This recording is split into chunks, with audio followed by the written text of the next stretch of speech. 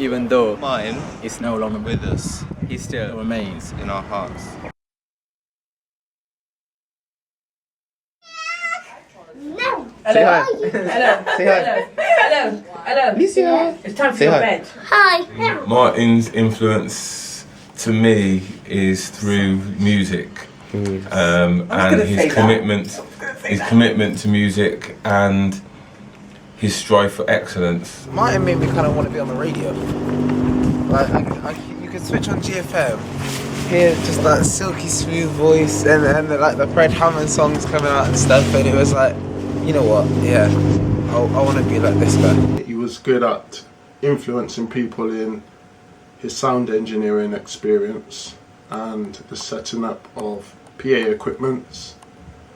I know that he also loved young people and young people's development. And he was very passionate about like evangelism and doing different things and different ways to get people to know about Christ. Very interesting person, very encouraging, always have a smile and encouraging words for you, whether you're young, old, middle-aged or whatever.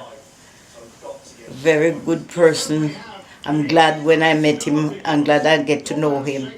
Such a nice young man. Martin has influenced me in so many ways, like with music. He was always a great guitarist and he just influenced me to keep going with what I'm doing and what the youth are doing, and he was just inspirational to all of us.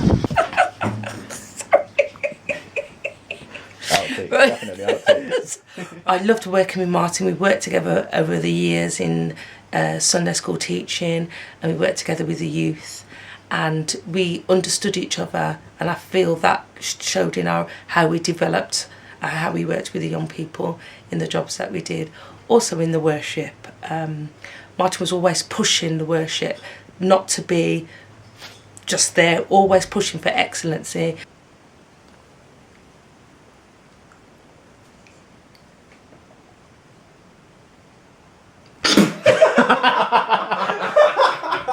One would be concerning faith.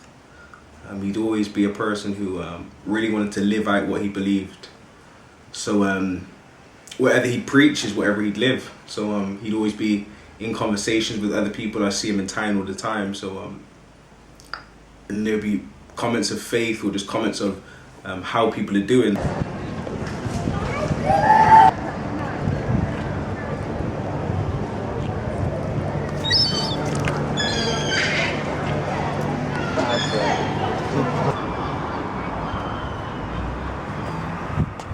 I'm outside. Martin used to work at Gloucester Heritage Urban Regeneration Centre, where he used to do the regeneration of Gloucester and worked on projects such as Blackfriars, the Railway Triangle and Greyfriars, and the opening of St Anne's Bridge in November 2008. The words I would use to describe Martin would be inspirational, Wise. DJ, Man of his word, a man of faith. Confident.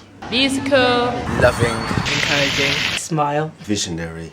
Constructive. No nonsense. A musician. gifted, memorable, Assertive. Perfectionist. radical, Young. out there, fun. Cuddly. I would say direct. Direct. Yeah, he's very direct, Straight to the point. straight to the point. He had something to say and said it. Or if he knew something was meant to have been said, he was wondering why it wasn't said. Yeah, And if you so- didn't agree with it, you'll know about it. He was just an exceptional person who left an imprint on you. The reason I have this guitar as well, you might think, why is he sat there with a guitar?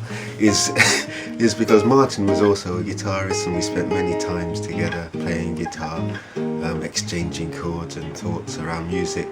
The thing that Martin said to me was around Charles, just do what you need to do and do what is right. If it's the right thing to do and God wants you to do it, just do it. Martin was a great guy, man. I remember him calling me one day and saying, "Oh, Dean, I've got a free ticket. I've got two tickets for the Truth." When the Truth came over from America, this Christian rap artist, he was real big at the time. He's come to England. I got some tickets. Dean, you're one of them. Get someone else. So I called at one of my friends, He said, "Yeah, free of charge. Didn't have to pay him anything. Just took us all the way to Birmingham for this concert. That was amazing."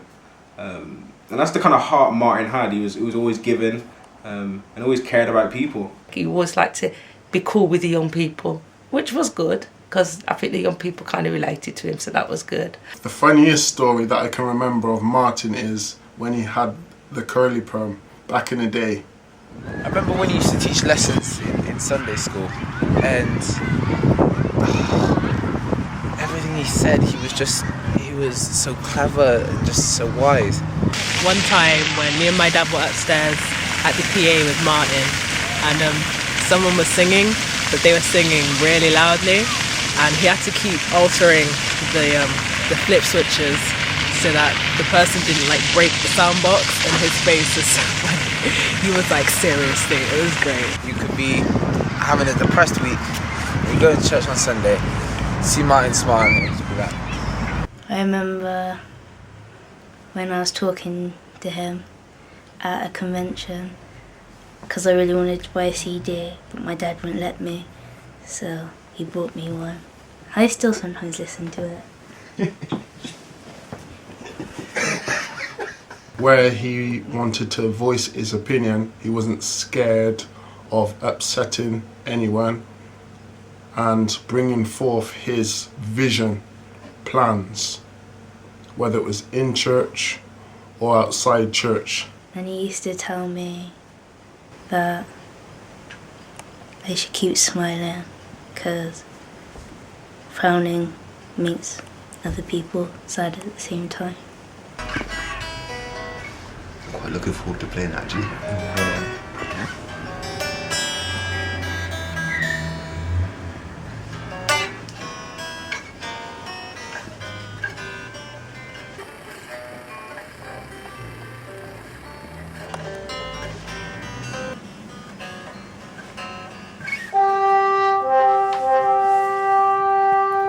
When I think of Martin, I smile. That's it. 96.6 FM, GFM serving the community where Martin used to present the Soul Food Show. If he wasn't promoting new gospel music, he was letting you know the music that you should get to know if you didn't already. And if he wasn't doing that, he was promoting his Oracle, you know, the biggest gospel event in the country. He would make sure he would be getting you your tickets. 33 minutes past 3 on your Monday afternoon. Massive shout to Sean in Studio 1 for letting us come into GFM and record this video. A massive thank you to everyone who participated and got involved in this video. So you can get involved in the show 01452 546 400 or listen online gloucesterfm.com.